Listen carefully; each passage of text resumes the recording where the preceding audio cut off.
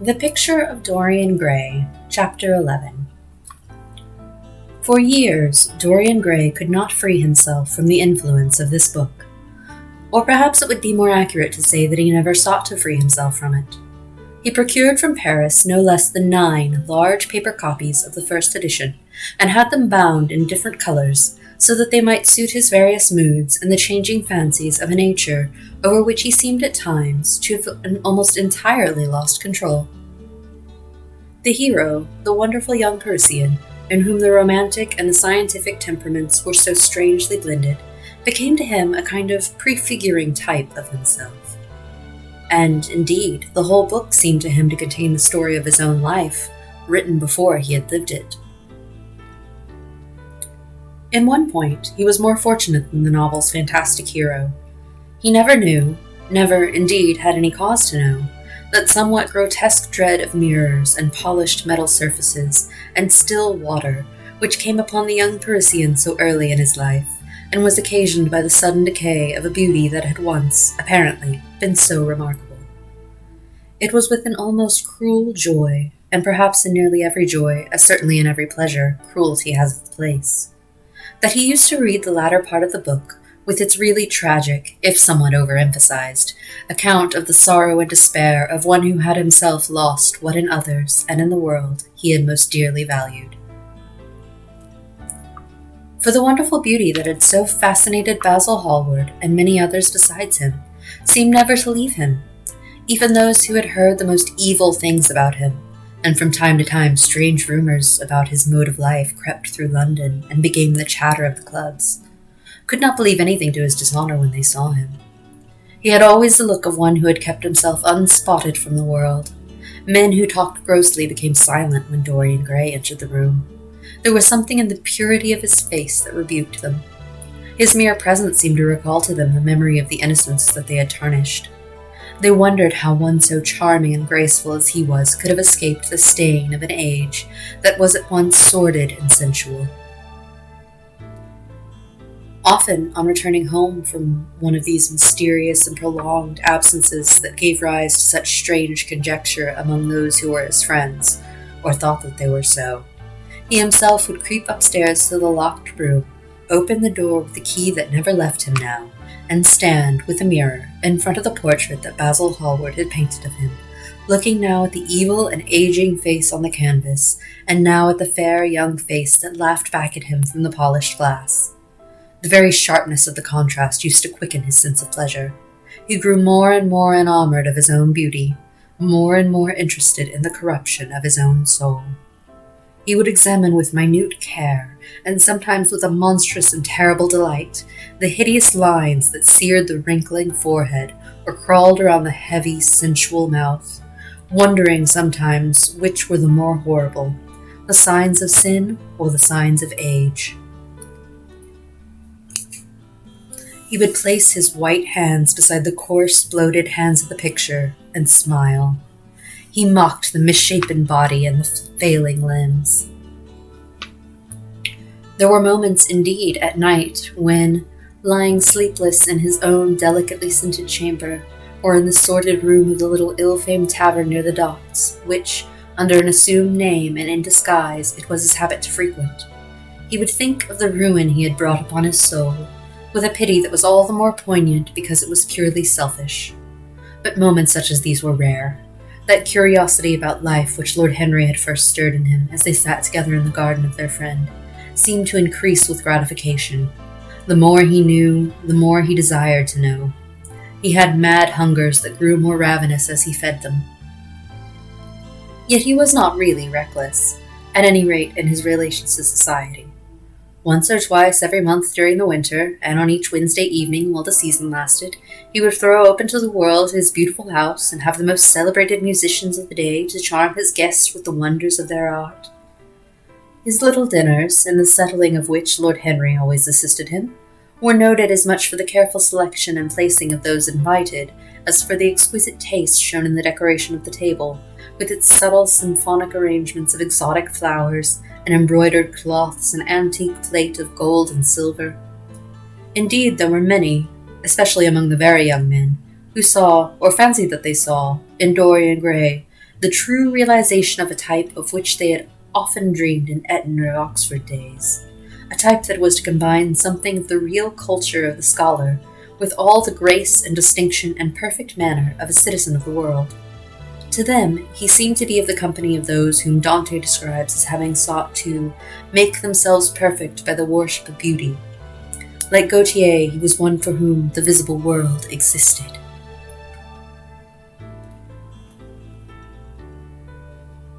And certainly, to him, life itself was the first, the greatest of the arts, and for it all the other arts seemed to be but a preparation. Fashion, by which what is really fantastic becomes for a moment universal, and dandyism, which, in its own way, is an attempt to assert the absolute modernity of beauty, had, of course, their fascination for him. His mode of dressing and the particular styles that from time to time he affected had their marked influence on the young exquisites of the Mayfair balls and Pall Mall Club windows who copied him in everything that he did, and tried to reproduce the accidental charm of his graceful, though to him only half-serious, fopperies. For while he was but too ready to accept the position that was almost immediately offered to him on his coming of age, and found, indeed, a subtle pleasure in the thought that he might really become to the London of his own day what to imperial Neronian Rome the author of the Satyricon once had been. Yet in his inmost heart he desired to be something more than a mere arbiter elegantiarum, to be consulted on the wearing of a jewel, or the knotting of a necktie, or the conduct of a cane. He sought to elaborate some new scheme of life that would have its reasoned philosophy and its ordered principles, and find in the spiritualizing of the senses its highest realization. The worship of the senses has often, and with much justice, been decried, men feeling a natural instinct of terror about passions and sensations that seem stronger than themselves, and that they are conscious of sharing with the less highly organized forms of existence. But it appeared to Dorian Gray that the true nature of the senses had never been understood, and that they had remained savage and animal merely because the world had sought to starve them into submission or to kill them by pain, instead of aiming at making them elements of a new spirituality, of which a fine instinct for beauty was to be the dominant characteristic. As he looked back upon man moving through history, he was haunted by a feeling of loss. So much had been surrendered, and to such little purpose. There had been mad, willful rejections, monstrous forms of self-torture and self-denial, whose origin was fear, and whose result was a degradation infinitely more terrible than that fancied degradation from which, in their ignorance, they had sought to escape. Nature, in her wonderful irony, driving out the anchorite to feed with the wild animals of the desert, and giving to the hermit the beasts of the field as his companions. Yes, there was to be, as Lord Henry had prophesied, a new hedonism that was to recreate life and to save it from that harsh, uncomely Puritanism that is having, in our own day, its curious revival. It was to have its service of the intellect, certainly, yet it was never to accept any theory or system that would involve the sacrifice of any mode of passionate experience. Its aim, indeed, was to be experience itself, and not the fruits of experience, sweet or bitter as they might be. Of the asceticism that deadens the senses, as of the vulgar profligacy that dulls them, it was to know nothing. But it was to teach man to concentrate himself upon the moments of a life that is itself but a moment. There are few of us who have not sometimes wakened before dawn, either after one of those dreamless nights that make us almost enamored of death, or one of those nights of horror and misshapen joy, when, through the chambers of the brain, sweep phantoms more terrible than reality itself, an instinct with that vivid life that lurks in all grotesques, and that lends to Gothic art its enduring vitality, this art being, one might fancy, especially the art of those whose minds have been troubled with the malady of reverie. Gradually, white fingers creep through the curtains, and they appear to tremble. In black, fantastic shapes, dumb shadows crawl into the corners of the room and crouch there. Outside, there is the stirring of birds among the leaves, or the sound of men going forth to their work, or the sigh and sob of the wind coming down from the hills and wandering round the silent house as though it feared to wake the sleepers, and yet must needs call forth sleep from her purple cave.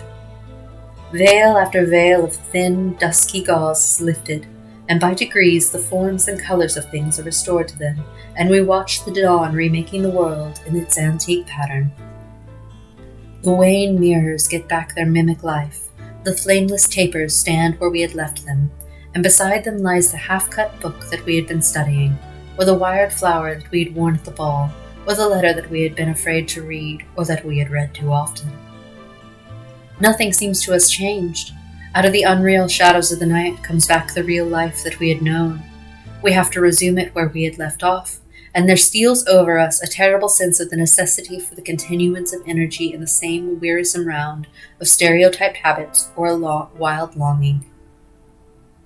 It may be that our eyelids might open some morning upon a world that had been refashioned anew in the darkness for our pleasure, a world in which things would have fresh shapes and colors and be changed, or have other secrets, a world in which the past would have little or no place, or survive, at any rate, in no conscious form of obligation or regret, the remembrance even of joy having its bitterness, and the memories of pleasure their pain. It was the creation of such worlds as these that seemed to Dorian Gray to be the true object, or among the true objects, of life. And in his search for sensations that would be at once new and delightful, and possess that element of strangeness that is so essential to romance, he would often adopt certain modes of thought that he knew to be really alien to his nature, abandon himself to their subtle influences, and then, having, as it were, caught their color and satisfied his intellectual curiosity, leave them with that curious indifference that is not incompatible with the real ardor of temperament, and that, indeed, according to certain modern psychologists, is often a condition of it. It was rumored of him once that he was about to join the Roman Catholic Communion, and certainly the Roman ritual had always a great attraction for him. The daily sacrifice, more awful really than all the sacrifices of the antique world, stirred him as much by its superb rejection of the evidence of the senses as by the primitive simplicity of its elements and the eternal pathos of the human tragedy that it sought to symbolize. He loved to kneel down on the cold marble pavement and watch the priest, in his stiff, flowered vestment, slowly and with white hands, moving aside the veil of the tabernacle, or raising aloft the jeweled, lantern-shaped monstrance with that pallid wafer that at times one would fain think is indeed the panis coelestis, the bread of angels, or, robed in the garments of the Passion of Christ, breaking the host into the chalice and smiting his breast for his sins. The fuming censers that the grave boys in their lace and scarlet tossed into the air like great gilt flowers had their subtle fascination for him. As he passed out, he used to look with wonder at the black confessionals and long to sit in the dim shadow of one of them and listen to men and women whispering through the worn grating the true story of their lives. But he never fell into the error of arresting his intellectual development by any formal acceptance of creed or system, or of mistaking, for a house in which to live, an inn that is but suitable for the sojourn of a night, or for a few hours of a night, in which there are no stars and the moon is in travail. Mysticism, with its marvelous power of making common things strange to us, and the subtle antinomianism that always seems to accompany it, moved him for a season, and for a season he inclined to the materialistic doctrines of the Darwinismus movement in Germany,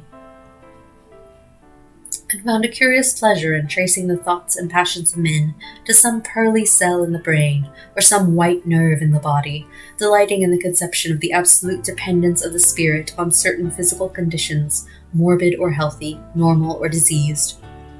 Yet, as has been said of him before, no theory of life seemed to him to be of any importance compared with life itself. He felt keenly conscious of how barren all intellectual speculation is when separated from action and experiment. He knew that the senses, no less than the soul, have their spiritual mysteries to reveal. And so he would now study perfumes and the secrets of their manufacture, distilling heavily scented oils and burning odorous gums from the East.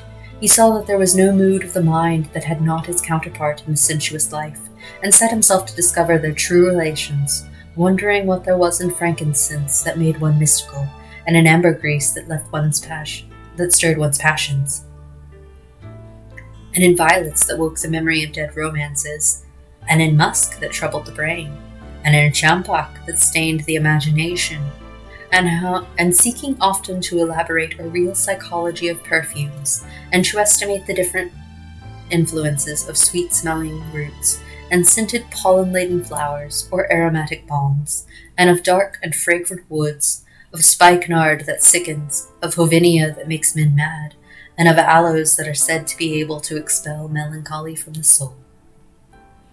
At another time he devoted himself entirely to music, and in a long latticed room with a vermilion and gold ceiling and walls of olive green lacquer, he used to give curious concerts in which mad gypsies tore wild music from little zithers, or grave, yellow-shawled Tunisians plucked at the strange strings of monstrous lutes, while grinning negroes beat monotonously upon copper drums, and, crouching upon scarlet mats, slim turbaned Indians blew through long pipes of reed or brass, and charmed or feigned to charm great hooded snakes and horrible horned adders.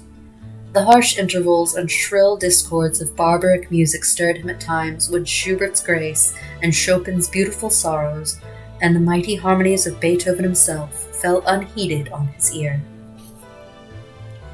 He collected together from all parts of the world the strangest instruments that could be found, either in the tombs of dead nations or among the few savage tribes that had survived contact with Western civilizations, and loved to touch and try them. He had the mysterious Juro Paris of the Rio Negro Indians, that women are not allowed to look at, and that even youths may not see till they have been subjected to fasting and scourging, and the earthen jars of the Peruvians that have the shrill cries of birds, and flutes of human bone such as Alfonso de Oval heard in Chile, and the sonorous green jaspers that are found near Cusco, and give forth a note of singular sweetness. He had painted gourds filled with pebbles that rattled when they were shaken, the long clarine of the Mexicans, into which the performer does not blow, but through which he inhales the air. The harsh ture of the Amazon tribes, that is surrounded by the sentinels who sit all day long in high trees, and can be heard, it is said, at a distance of 3 leagues. The teponastli, that has 2 vibrating tongues of wood, and is beaten with sticks that are smeared with an elastic gum obtained from the milky juice of plants. The yotl bells of the Aztecs that are hung in clusters like grapes, and a huge cylindrical drum covered with the skins of great serpents, like the one that Bernal Diaz saw when he went with Cortez into the Mexican temple, and of whose doleful sound he has left us so vivid a description. The fantastic character of these instruments fascinated him, and he felt a curious delight in the thought that art, like nature, has her monsters, things of bestial shape and hideous voices. Yet, after some time, he wearied of them, and would sit in his box at the opera, either alone or with Lord Henry, listening in rapt pleasure to Tannhauser, and seeing in the prelude to that great work of art a presentation of the tragedy of his own soul.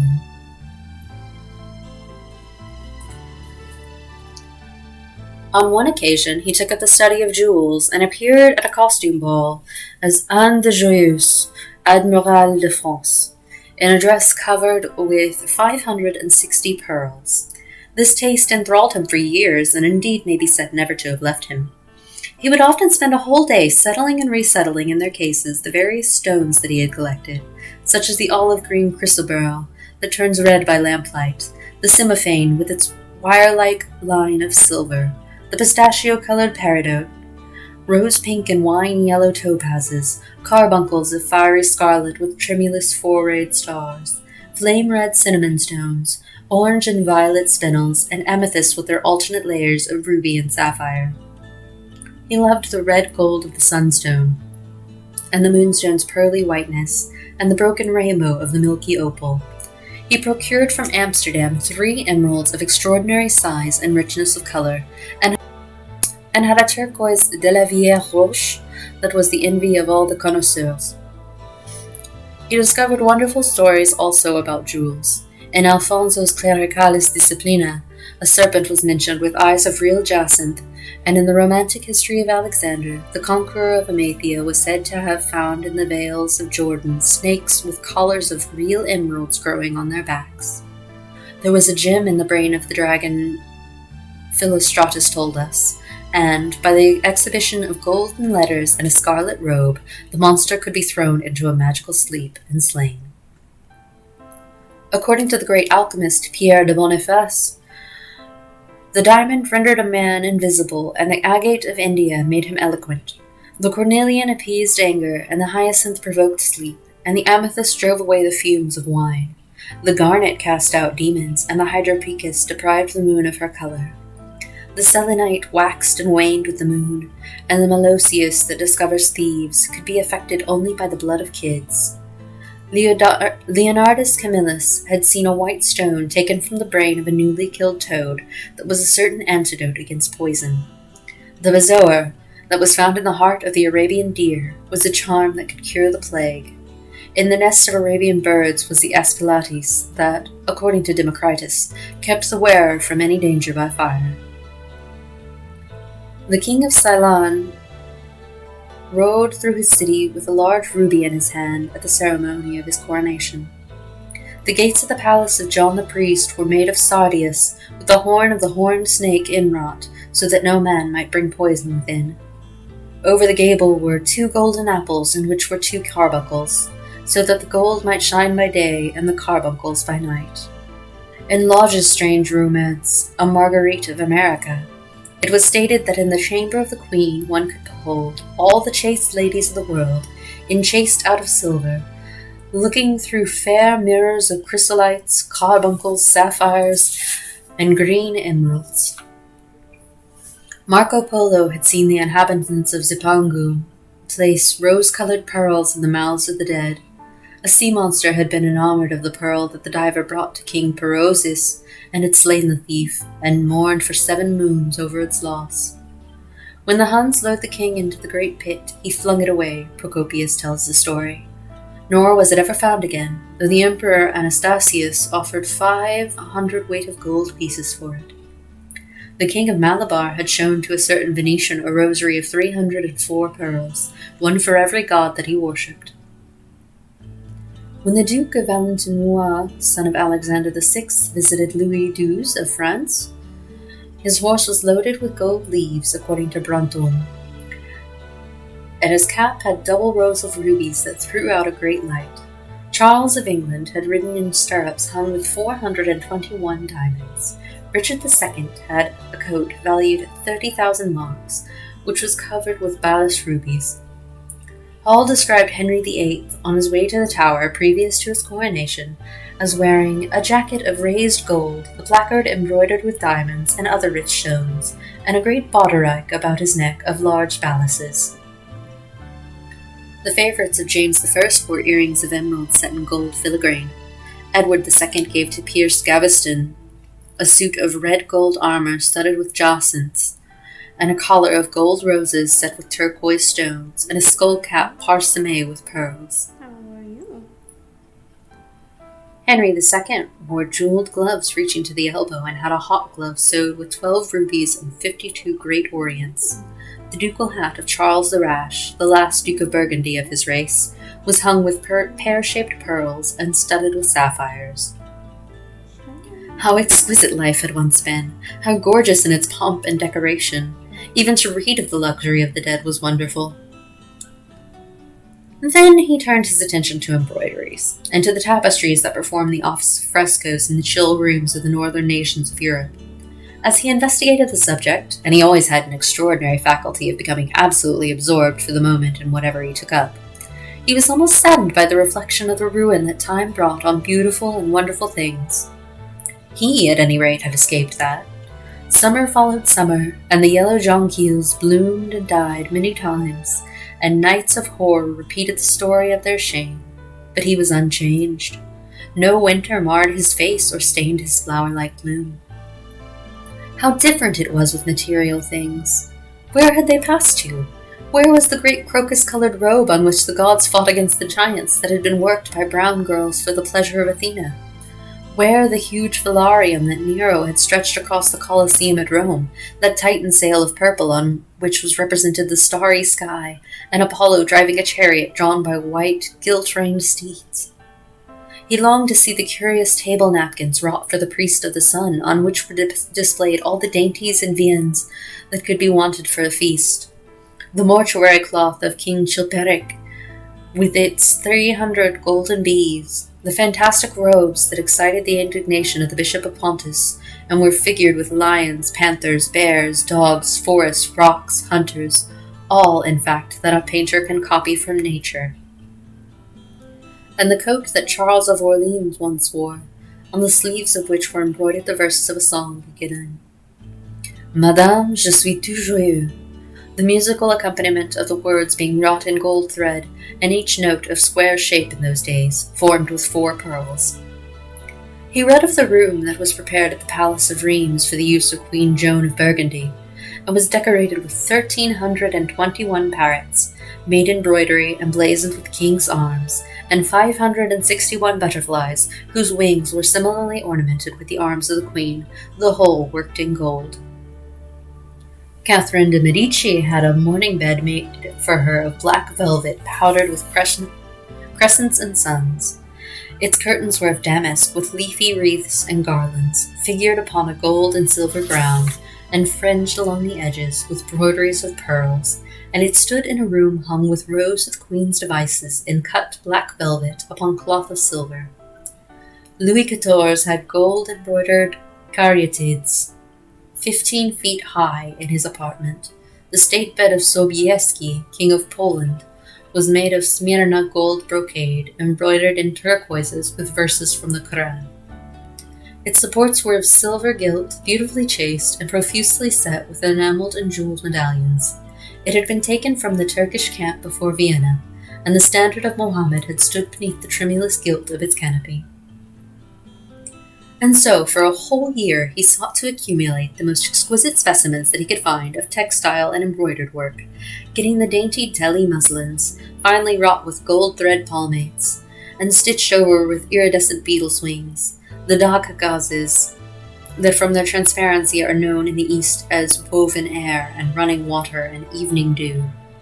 Strange figured cloths from Java, elaborate yellow Chinese hangings, books bound in tawny satins or fair blue silks, and wrought with fleur-de-lis, birds, and images, veils of lacis worked in Hungary point, Sicilian brocades and stiff Spanish velvets, Georgian work with its gilt coins, and Japanese fukusas with their green-toned golds and their marvelously plumaged birds.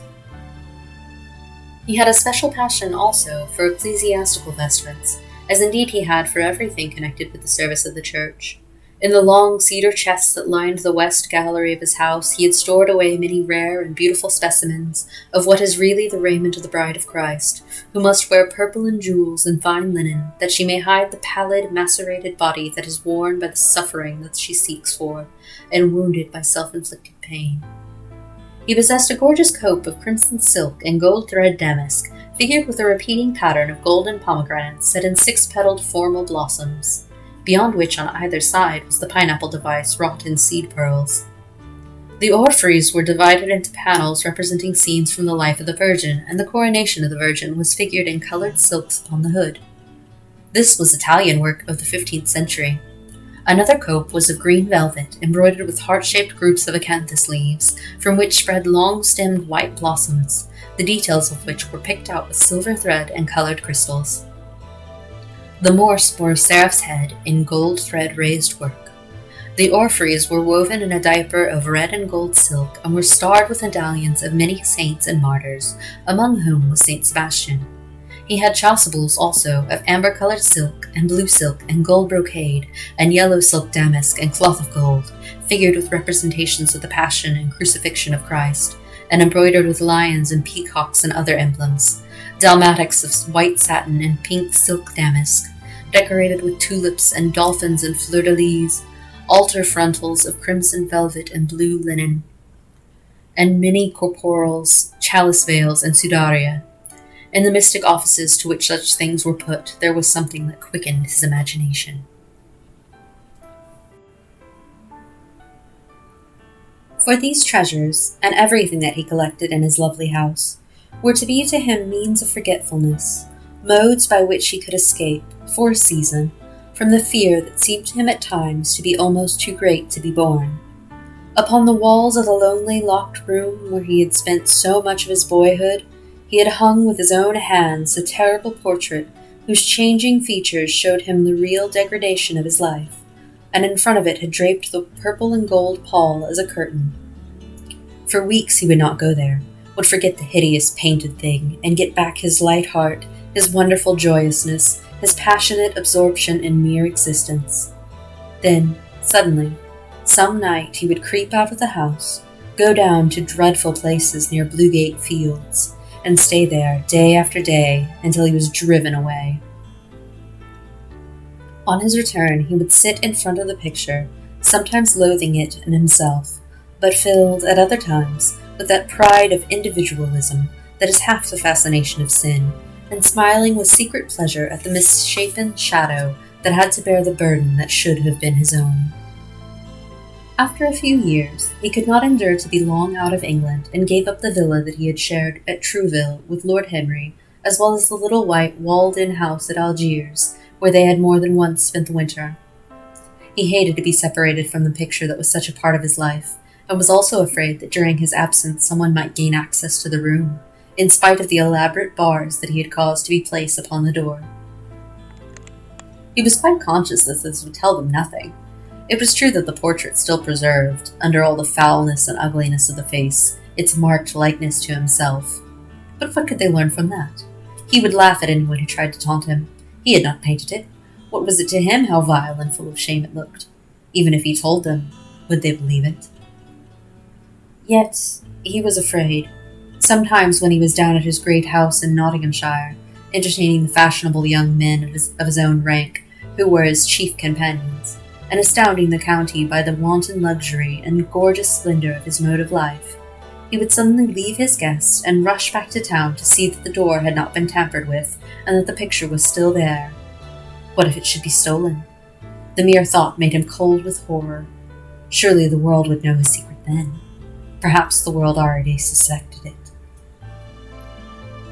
For, while he fascinated many, there were not a few who distrusted him. He was very nearly blackballed at a West End club, of which his birth and social position fully entitled him to become a member, and it was said that on one occasion, when he was brought by a friend into the smoking room of the Churchill, the Duke of Berwick and another gentleman got up in a marked manner and went out. Curious stories became current about him after he had passed his 25th year. It was rumored that he had been seen brawling with foreign sailors in a low den in the distant parts of Whitechapel, and that he consorted with thieves and coiners, and knew the mysteries of their trade. His extraordinary absences became notorious, and when he used to reappear again in society, men would whisper to each other in corners, or pass him with a sneer, or look at him with cold, searching eyes as though they were determined to discover his secret. Of such insolences and attempted slights he, of course, took no notice, and in the opinion of most people his frank, debonair air, his charming, boyish smile, and the infinite grace of that wonderful youth that seemed never to leave him, were in themselves a sufficient answer to the calumnies, for so they termed them, that were circulated about him. It was remarked, however, that some of those who had been most intimate with him appeared, after a time, to shun him. Women who had wildly adored him, and for his sake had braved all social censure and set convention at defiance, were seen to grow pallid with shame or horror if Dorian Gray entered the room. Yet these whispered scandals only increased, in the eyes of many, his strange and dangerous charm. His great wealth was a certain element of security. Society, civilized society at least, is never very ready to leave anything to the detriment of those who are both rich and fascinating. It feels instinctively that manners are of more importance than morals, and in its opinion, the highest respectability is of much less value than the possession of a good chef. And, after all, it is a very poor consolation to be told that the man who has given one a bad dinner or poor wine is irreproachable in his private life. Even the cardinal virtues cannot atone for half-cold entrees, as Lord Henry remarked once, in a discussion on the subject. And there is possibly a good deal to be said for his view. For the canons of good society are, or should be, the same as the canons of art. Form is absolutely essential to it. It should have the dignity of a ceremony, as well as its unreality, and should combine the insincere character of a romantic play with the wit and beauty that makes such plays delightful to us. Is insincerity such a terrible thing? I think not. It is merely a method by which we can multiply our personalities. Such, at any rate, was Dorian Gray's opinion. He used to wonder at the shallow psychology of those who conceive the ego in man as a thing simple, permanent, reliable, and of one essence. To him, man was a being with myriad lives and myriad sensations, a complex, multiform creature that bore within itself large legacies of thought and passion, and whose very flesh was tainted with the monstrous maladies of the dead. He loved to stroll through the gaunt, cold picture gallery of his country house and look at the various portraits of those whose blood flowed in his veins. Here was Philip Herbert, described by Francis Osborne in his Memoirs on the Reigns of Queen Elizabeth and King James as one who was caressed by the court for his handsome face, which kept him not long company. Was it young Herbert's life that he sometimes led? Had some strange poisonous germ crept from body to body till it had reached his own? Was it some dim sense of that ruined grace that had made him so suddenly and almost without cause give utterance in Basil Hallward's studio to the mad prayer that had so changed his life? Here, in gold-embroidered red doublet, jewelled surcoat, and gilt-edged ruff and wristbands, stood Sir Anthony Sherard, with his silver and black armour piled at his feet. What had this man's legacy been? Had the lover of Giovanna of Naples bequeathed him some inheritance of sin and shame? Were his own actions merely the dreams that the dead man had not dared to realize? Here, from the fading canvas, smiled Lady Elizabeth Devereux, in her gauze hood, pearl stomacher, and pink slashed sleeves. A flower was in her right hand, and her left clasped an enamelled collar of white and damask roses. On a table by her side lay a mandolin and an apple. There were large green rosettes upon her little painted shoes. He knew her life, and the strange stories that were told about her lovers. Had he something of her temperament in him? These oval, heavy-lidded eyes seemed to look curiously at him. What of George Willoughby, with his powdered hair and fantastic patches? How evil he looked!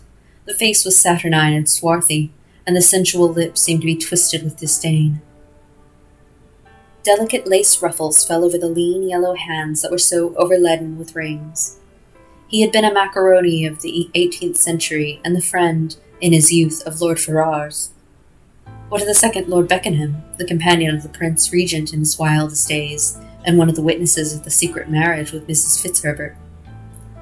How proud and handsome he was, with his chestnut curls and insolent pose. What passions had he bequeathed? The world had looked upon him as infamous. He had led the orgies at Carlton House. The star of the Garter glittered upon his breast. Beside him hung the portrait of his wife, a pallid, thin-lipped woman in black. Her blood also stirred within him. How curious it all seemed! And his mother, with her Lady Hamilton face, and her moist, wine-dashed lips. He knew what he had got from her. He had got from her his beauty, and his passion for the beauty of others. She laughed at him in her loose baccanet dress. There were vine leaves in her hair. The purple spilled from the cup she was holding. The carnations of the painting had withered, but the eyes were still wonderful in their depth and brilliancy of color. They seemed to follow him wherever he went. Yet one had ancestors in literature as well, as in one's own race, nearer, perhaps, in type and temperament, many of them, and certainly with an influence of which one was more absolutely conscious. There were times when it appeared to Dorian Gray that the whole of his history was merely the record of his own life, not as he had lived it in act and circumstance, but as his imagination had created it for him, as it had been in his brain and in his passions. He felt that he had known them all, those strange, terrible figures that had passed across the stage of the world and made sin so marvelous, and evil so full of subtlety. It seemed to him that in some mysterious way their lives had been his own. The hero of the wonderful novel that had so influenced his life had himself known this curious fancy. In the 7th chapter he tells how, crowned with laurel, lest lightning might strike him, he had sat, as Tiberius, in a garden at Capri, reading the shameful books of Elephantis, while dwarfs and peacocks strutted round him, and the flute-player mocked the swinger of the censer, and, as Caligula, had caroused with the green-shirted jockeys in their stables, and supped in an ivory manger with a jewel front-lidded horse, and as Domitian, had wandered through a corridor lined with marble mirrors, looking round with haggard eyes for the reflection of the dagger that was to end his days, and sick with that ennui, that terrible tedium vitae, that comes on those to whom life denies nothing, and had peered through a clear emerald at the red shambles of the circus, and then, in a litter of pearl and purple drawn by silver-shod mules, being carried through the street of pomegranates to a house of gold, and heard men cry on Nero Caesar as he passed by, and, as Elagabalus had painted his face with colours, and plied the distaff among the women, and brought the moon from Carthage, and given her in mystic marriage to the sun. Over and over again Dorian used to read this fantastic chapter, and the 2 chapters immediately following, in which, as in some curious tapestries or cunningly wrought enamels, were pictured the awful and beautiful forms of those whom vice and blood and weariness had made monstrous or mad. Filippo, Duke of Milan, who slew his wife and painted her lips with a scarlet poison, that her lover might suck death from the dead thing he fondled. Pietro Bardi, the Venetian, known as Paul II, who sought in his vanity to assume the title of Formosus, and whose tiara, valued at 200,000 florins, was bought at the price of the terrible sin. Gian Maria Visconti, who used hounds to chase living men, and whose murdered body was covered with roses by a harlot who had loved him. The Borgia on his white horse, with fratricide riding beside him, and his mantle stained with the blood of Ferrato. Pietro Riario, the young Cardinal Archbishop of Florence, child and minion of Sixtus IV, whose beauty was equalled only by his debauchery, and who received Leonora of Aragon in a pavilion of white and crimson silk, filled with nymphs and centaurs, and gilded a boy that he might serve at the feast as Ganymede or Hylas. Ezelin, whose melancholy could be cured only by the spectacle of death, and who had a passion for red blood, as other men have for red wine. The son of a fiend, as was reported, and one who had cheated his father at dice when gambling with him for his own soul. Giambattista Cibo, who in mockery took the name of Innocent, and into whose torpid veins the blood of 3 lads was infused by a Jewish doctor. Sigismondo Malatesta, the lover of Isotta, and the lord of Rimini, whose effigy was burned at Rome as the enemy of God and man, who strangled Polissena with a napkin, and gave poison to Ginevra d'Este in a cup of emerald, and in honor of a shameful passion built a pagan church for Christian worship. Charles VI, who was so wildly adored his brother's wife that a leper had warned him of the insanity that was coming on him, and who, when his brain had sickened and grown strange, could only be soothed by Saracen cards painted with the images of love and death and madness. And, in his trim jerkin and jewelled cap and acanthus-like curls, Griffonetto Gaglioni, who slew Astora with his bride, and Simonetto with his page, and whose comeliness was such that, as he lay dying in the yellow piazza of Perugia, those who hated him could not choose but weep, and Atalanta, who had cursed him, blessed him. There was a horrible fascination in them all. He saw them at night, and they troubled his imagination in the day. The Renaissance knew of strange manners of poisoning by a helmet and a lighted torch, by an embroidered glove and a jewelled fan, by a gilded pomander and by an amber chain. Dorian Gray had been poisoned by a book. There were moments when he looked on evil simply as a mode through which he could realize his conception of the beautiful.